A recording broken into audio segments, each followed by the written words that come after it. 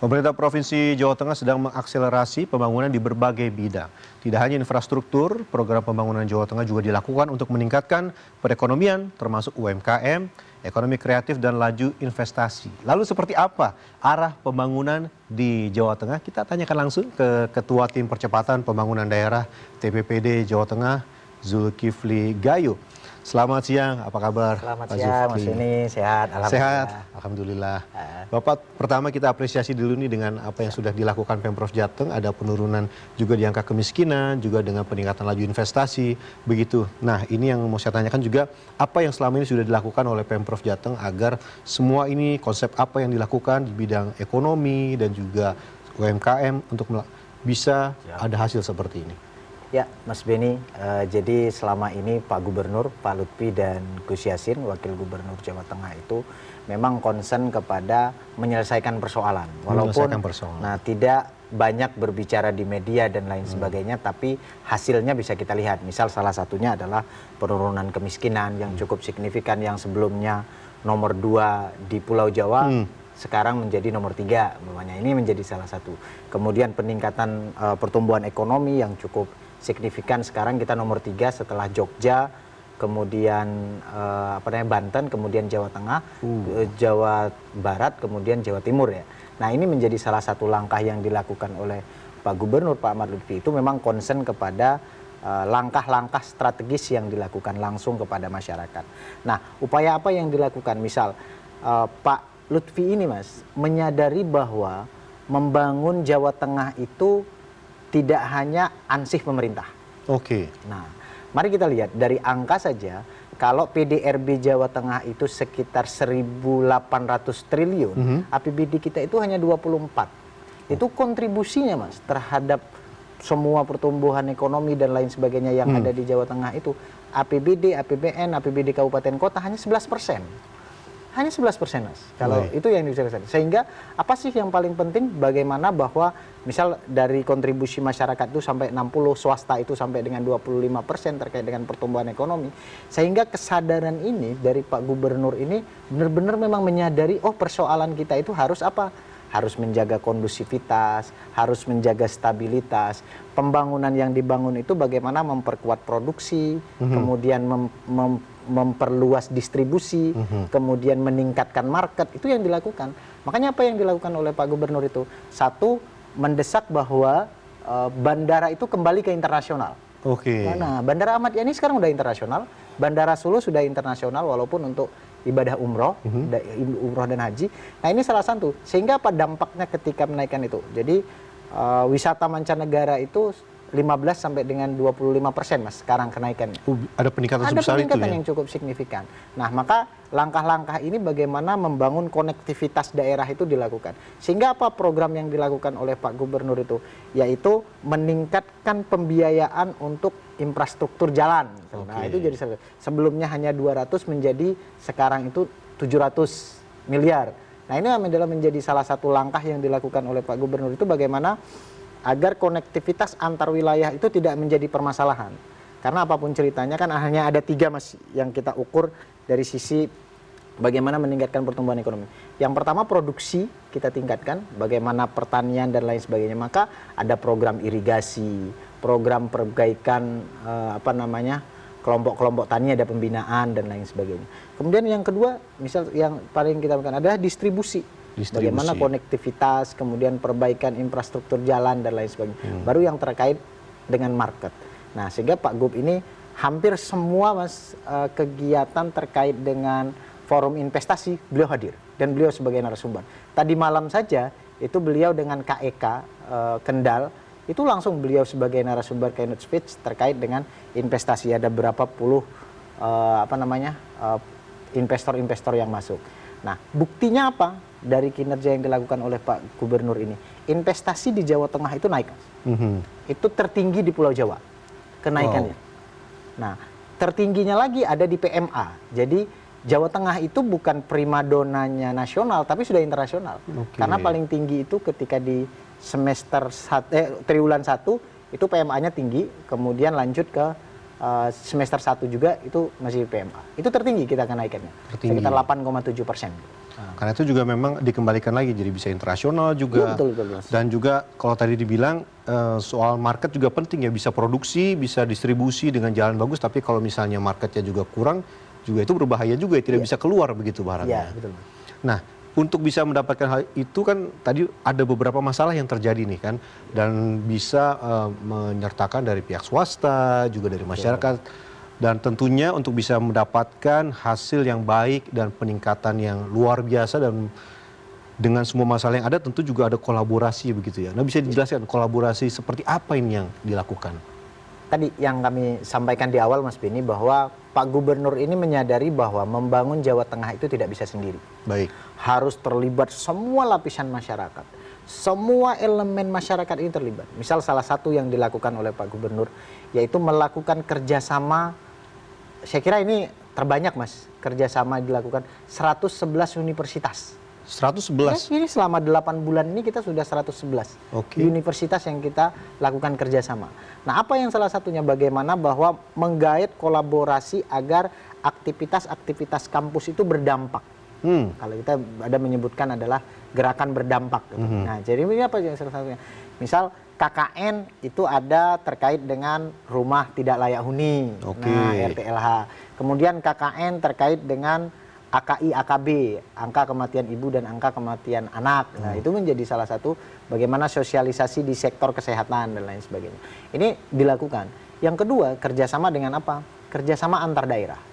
Nah, ini lagi digalak-galakkan betul karena apapun ceritanya, Mas Beni, bahwa membangun suatu daerah itu harus ada konektivitas. Misal Mas, di Jawa Timur itu surplus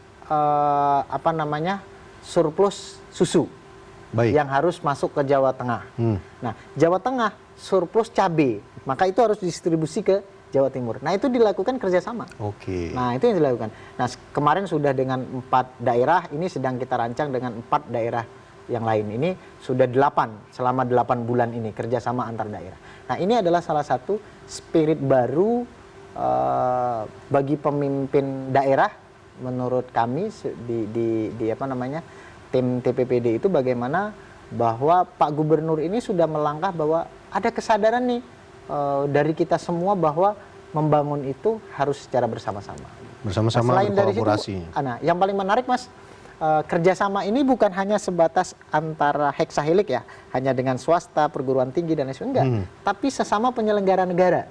Nah, misal kerjasama dengan DPRD ya, kalau di Undang-Undang 23 itu sebagai penyelenggara negara, tapi membuat namanya forum Senayan dengan DPR RI, forum Berlian dengan DPRD kabupaten kota, dengan DPRD provinsi gitu loh. Ini untuk apa? Agar aktivitas yang anggota dewan yang dari Jawa Tengah itu bisa berkontribusi melalui kegiatan-kegiatan yang bisa ditarik dari pusat. Nah, ini karena melakukan kerjasama itu tidak hanya sendiri Pak Gubernur harus one man show untuk menyelesaikan permasalahan itu. Pak Gubernur selalu menyarankan kepada kita semua bahwa seluruh masyarakat Jawa Tengah semuanya harus bergerak. Dan itu satu yang ingin saya tambahkan Mas, ini karena Pak Gubernur itu sangat-sangat memahami betul namanya terkait dengan konsep ekonomi kerakyatan itu. Bagaimana konsepnya bahwa pemerintah itu hanya sebagai fasilitator. Nah, fasilitator bukan sebagai player. Yang playernya biar masyarakat dan lain sebagainya. Tapi sebagai fasilitator regulasi, fasilitator pendanaan, fasilitator aktivitas-aktivitas kebijakan. Nah, ini adalah menjadi langkah yang dilakukan oleh Pak Gubernur di Jawa Tengah. Dari masyarakat, oleh masyarakat dan juga untuk masyarakat. Ya, jadi pemerintah hanya memuluskan saja supaya itu bisa berjalan dengan lancar. Iya, betul Mas. Nah, tadi kalau menyebut juga soal kolaborasi dan juga kerjasama, dan juga tadi ada sedikit menyinggung juga dengan DPR. Nah, yang juga saya ingin tanyakan adalah bagaimana dukungan dari pemerintah Jawa Tengah terhadap program-program pemerintah. Tadi kan kita tahu bahwa sekarang pemerintah Jawa Tengah sudah melakukan banyak hal supaya menurunkan kemiskinan juga, dan sekarang kita juga tahu bahwa pemerintah pusat juga punya banyak program seperti MBG dan lain-lain gitu. Seperti apa bentuk dukungan yang diberikan oleh pemerintah Provinsi Jawa Tengah? Ya, Mas. Jadi Pak Gubernur itu dia itu kalau bagi saya ya Mas ya, Pak Gubernur Jawa Tengah ini adalah yang sangat memahami konsep-konsep bagaimana kebijakan dari pusat, kemudian kebijakan di daerah itu harus inline. Dan itu dilakukan. Misal MBG itu kita SPPG kita itu sekitar 1.800 sekian ya, 1.800-an. Itu nomor 2 terbanyak senasional. Nah, misal cek kesehatan gratis, itu sekarang sudah 9 juta Mas, terbanyak senasional. Bahkan melebihi 30%. Jadi kontribusi nasional itu 30%-nya ada di Jawa Tengah terkait dengan kesehatan gratis. Nah ini kan yang paling vital itu kan bagaimana peningkatan SDM, kemudian kesehatan, kemudian beasiswa umpamanya. Beasiswa, Bapak Gubernur itu langsung canangkan beasiswa yang masyarakat miskin itu ada 5.000 yang dibeasiswai. Dan ini di 2026 terus dilakukan terobosan-terobosan agar tepat sasaran itu. Misal itu. Misal contohnya terkait dengan Koperasi Merah Putih. Nah, pencanangannya pun ada di Jawa Tengah. Dan semuanya hampir waktu 8.000 sekian Koperasi Merah Putih itu yang paling produksi ada beberapa tempat daerah yang sudah berproduksi gitu. Nah, ini adalah menjadi langkah. Jadi kontribusi dari Pak Gubernur ini terhadap pemerintah pusat itu langsung kepada sasaran yang tepat gitu loh Mas. Nyata dan berdampaknya. Ya, langsung ada dampaknya gitu Mas. Misal salah satunya adalah kita nomor 2 kalau di SPPG Pak. Nomor 2 terbanyak senasional. Nomor 2 terbanyak. Iya, betul. Baik, tadi ada yang menarik juga, salah satu bentuknya juga adalah seperti pemberian beasiswa kepada masyarakat miskin, tadi juga, dan tadi juga sempat menyebut juga ada kerjasama dengan mahasiswa begitu, terutama dalam hal sekaligus dikenalkan dengan program bagaimana soal ibu dan juga perumahan yang lebih baik. Nah, berarti juga pada saat masuk ke kampus pun artinya nantinya pada saat mahasiswanya lulus pun mereka juga tidak sulit lagi untuk mencari pekerjaan begitu. Ini juga yang salah satu dilakukan begitu ya? Iya, betul Mas. Jadi kan salah satu yang sering terjadi itu kan Jawa Tengah PHK tertinggi gitu kan Mas. Kenapa nggak kita bicarakan itu Jawa Tengah itu sebagai penyerap tenaga kerja tertinggi di Pulau Jawa? Iya, datanya ada. Tertinggi berarti ya? Tertinggi. Jadi kenapa? Karena kualitas investasi di Jawa Tengah itu sekitar 45 triliun ya sampai dengan semester 1 ini, itu tertinggi penyerapan tenaga kerjanya sampai dengan 2.222. Nah itu menjadi salah satu langkah yang dilakukan oleh Pak Gubernur. Jadi kenapa? Investasinya itu adalah padat karya, agar serapan tenaga kerja itu langsung. Jadi misal Mas, kan nggak ada PHK yang ada di Jawa Tengah itu umpamanya harus lari ke provinsi lain, ada nggak? Enggak, walaupun beberapa daerah, tapi ada di dalam. Nah ini adalah menjadi, kenapa? Karena menjaga stabilitas di Pak Gubernur itu menjadi kata kunci utama. Bagaimana bahwa stabilitas antara balancing yang di PHK dengan yang diserap ini benar-benar bisa connect gitu. Nah, match and link-nya itu benar-benar bisa dilihat gitu Mas. Nah itu buktinya ada dan datanya ada di data investasi daerah dan nasional itu ada terkait dengan bagaimana Jawa Tengah itu penyerapan tertinggi yang di sektor tenaga kerja. Baik, itu juga memang selain juga bisa meningkatkan kesejahteraan juga bisa menurunkan angka kriminalitas juga dan juga bisa lebih baik lagi ke depannya begitu ya. Betul. Nah, kita juga tentu berharap nih agar pembangunan seperti ini bisa terus berjalan dan kira-kira untuk tema ke depan, konsep pembangunan ke depan seperti apa nih Pak Zulkifli? Ya, Mas. Jadi yang selalu digaungkan oleh Pak Gubernur itu adalah bagaimana misal ada konsep sumitronomik gitu, yaitu Bapak dari Pak Presiden Prabowo itu kan mengatakan bahwa negara itu sebagai fasilitator fasilitator perekonomian itu harus bagaimana memberikan strategi penguatan dan lain sebagainya. Maka langkah yang dilakukan oleh Pak Gubernur itu yang pertama dari sisi perencanaan, Mas. Di perencanaan itu membuat namanya tematik pembangunan. Nah, kenapa? Kenapa di tahun 2025 ini concernnya ke infrastruktur? Misal jalan, irigasi, rehab sekolah, dan lain sebagainya. Karena harapannya ketika distribusi itu bagus, di 2026 kita concern ke dalam Jawa Tengah sebagai penumpu pangan, itu distribusinya udah aman gitu kan. Oke. Nah, ini langkah-langkah yang dilakukan.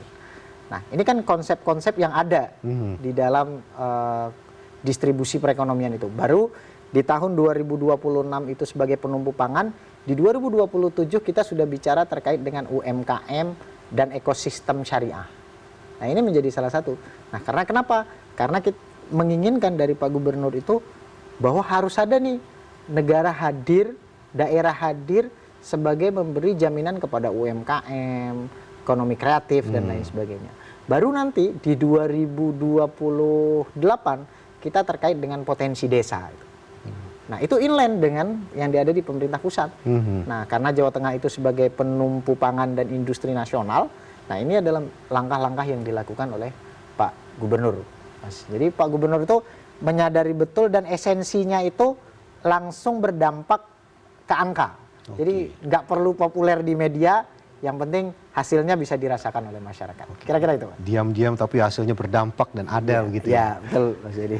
Baik, Pak Zulkifli, kita tentu berharap supaya pembangunan ini bisa terus berjalan dan semakin baik, dan semoga cita-citanya tadi ada beberapa tema dan tahapan yang akan dilakukan, semuanya bisa berjalan mulus sampai nanti pada akhirnya menjadi provinsi yang juga terbaik begitu ya. Iya, siap. Baik, Pak Zulkifli, terima kasih banyak sudah bersama dengan kami. Kasih, Semoga lancar, sehat-sehat terus, Pak. Siap, teman-teman, Mas Yedi.